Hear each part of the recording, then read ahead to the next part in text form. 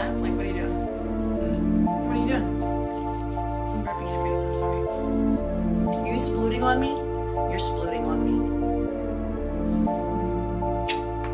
Nice makeup, girl. Alright, I gotta finish this.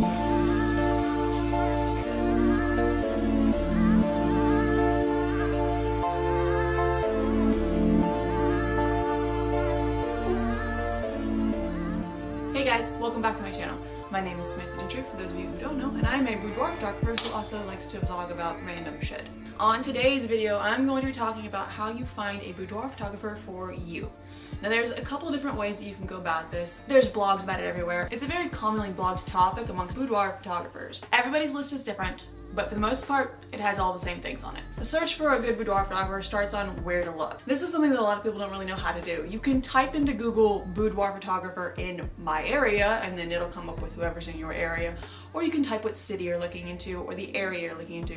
That's a really good way to gauge like who's on top of their SEO, who is blogging a lot, who is posting a lot. You can also search hashtags on Instagram to find boudoir photographers that fit more of a niche style. For the more dark and moody kind of photos, like the ones that I take, you can search specific tags like Moody Boudoir or Moody Boudoir Seattle kind of stuff. Facebook is another place where you can find some photographers. You can look in sale group ads, you can look in photography groups, you can look for pages just by searching in the YouTube search bars. But I found the best way for me to find photographers when I want to have photos taken is to look through hashtags on Instagram.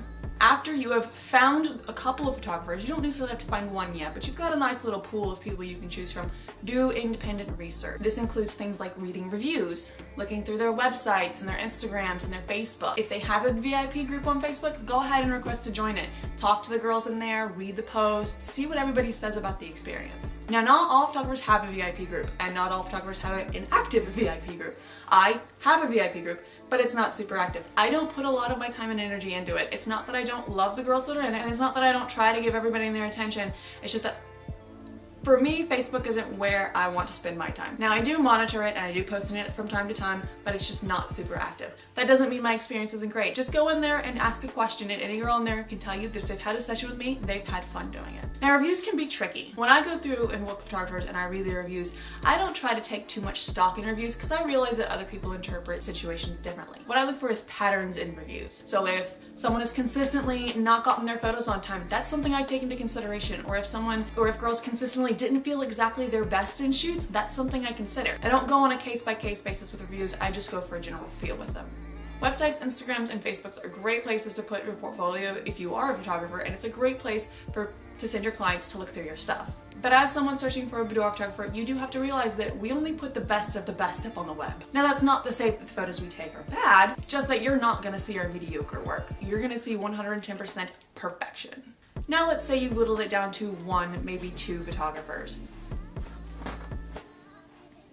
Your next step is to get them on the phone or meet them in person or Skype with them and ask some questions. First question that should always be asked is, do you have a client guide? That client guide, if they have one, will answer or should answer almost all of the questions you have for them. I have a client guide that goes over all of my pricing, all of the experience, what to do beforehand, what to do a couple days leading up to, what to do during the day of, what to do after. It gives you a timeline, it lists all of my products, it gives you some reviews. There's even an FAQ at the back that I try to cover the most commonly asked questions. You're more than welcome to reach out to me if your question's not answered in there. After you've emailed and asked for a client guide, I would try to ask them to meet in person or maybe a Skype date. It's best to get to talk to your photographer one-on-one and have a conversation to see if you guys jive well. That's why I started this YouTube channel. I wanted to open the door for conversation. This allows you to get to know me before you even decide if you want me to get to know you. Now let's say you did get an in-person meeting or a phone call or a Skype call. What do you ask when you get to talk to them? Now there is a wide variety of questions and I likely couldn't cover all of them even if I tried, so I'm gonna give you the most basic ones that I always ask. What is their average investment price? Price of boudoir photography varies greatly depending on who you go to. There are people who give you sessions for $150, there are people who give you sessions for $6,000. It really all just depends on what kind of experience you want.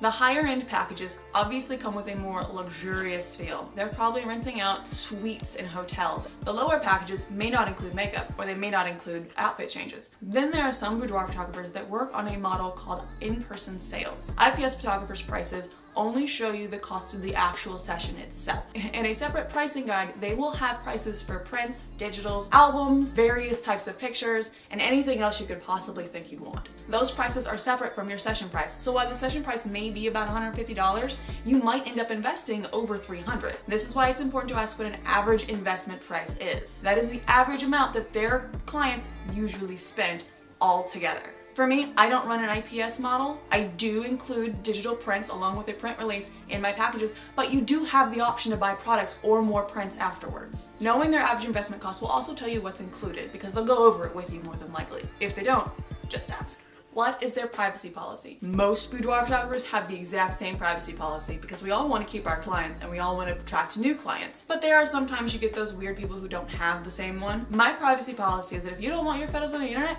they will never be there. Can you see a full session? And I'm not just talking about the ones that they have on their blogs, because those ones, again, are the best of the best. I want to see all of the photos from the session. What is their average turnaround? This is super important if you're doing these photos for a gift or for somebody else. My average turnaround on photo sessions is 2 weeks, and that's just to get the photos edited. If you want any additional products, that's going to be an extra time for shipping and processing.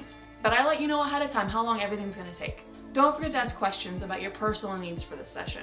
If you want to bring specific props, or you want a specific pose, or you like a specific outfit. Also, it's good to let me know ahead of time if you have any limiting abilities, like you can't rotate your shoulders very far, or you can't turn your head certain ways, because this will let me know what to avoid as I pose you. What should your photographer's pictures look like? That is entirely dependent upon you and how you like your photos to look. There are some people who like the darker, moodier edits. There are some people who like the brighter, airier edits. And then there are people who like just more realistic colors. While the editing style may be specific to you, you do need to make sure that the photographer's photos do fit the standard for good photography. You don't want missed focus. You don't want blown out images. You don't want way underexposed images. You want nice, even skin tones. Whether or not you want any corrective editing done is totally dependent on you and your photographer. I offer extensive editing as an add-on. I do not do it complimentary. All of the editing that I do complimentary is simply smoothing out scars, occasionally getting up a blemish, but I don't do anything major. That's just not part of who I am. My brand is all about authenticity and loving you as you are. Now, this is the question that I didn't find on any other blogs or anywhere else that anybody ever mentioned. But what do you do if you're not sure if you want to do a boudoir shoot? Don't do one. If you're not 100% sure that you want to be naked or partially naked in front of my camera, I can tell. And no amount of post-editing is gonna make it look any better. You're not gonna be 100% happy with them, and I don't want to give you anything that you're not 100% happy with. I am more than okay waiting for you to be ready and willing to do this instead of talking you into it and making you regret it later. And that's all I got for now. It's really hard to think of what to look for in a boudoir photographer when you are a boudoir photographer. Did I miss anything that you look for when you're looking for a photographer? Any kind of photographer, it doesn't really matter what it is. If so, let me know what it was down in the comments. But thank you so much for watching this video. Please be sure to hit subscribe and the little bell so that you know when I upload videos. And apparently Athena does not want to be in here anymore, and I'm now getting up to open the door for her. All of my Instagram handles are below, as well as my Facebook pages. I would really appreciate you to go give those a like and a follow. Thank you all again so much, and I'll see you in the next video. Alright, I'll let you out now.